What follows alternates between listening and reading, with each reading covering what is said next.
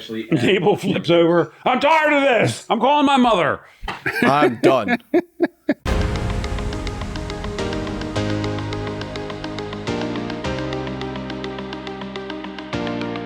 Welcome, everybody, to another episode of the Bob Carr Show. And today in the studio, I have my fellow TLC worker, confident, right-hand man, troubleshooter, and all-around TLC guy, Grayden Byrd.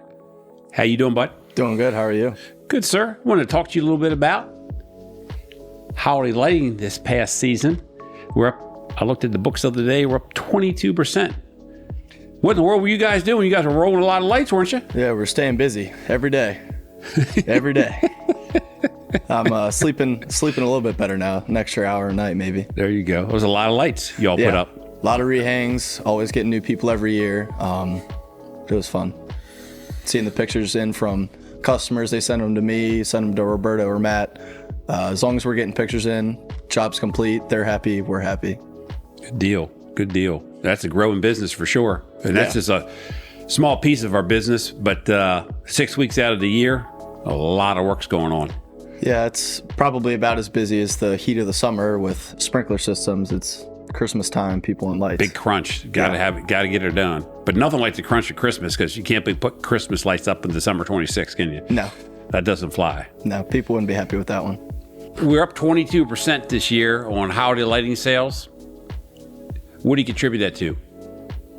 Well, we're advertising nonstop all over social media so people see us, and the kinds of people that reach out are ones that are just got hurt, getting older, don't want to risk getting hurt, people that just don't have the time for it, so they want to be decorated up for the holidays. They're just too busy at work or with the children, whatever.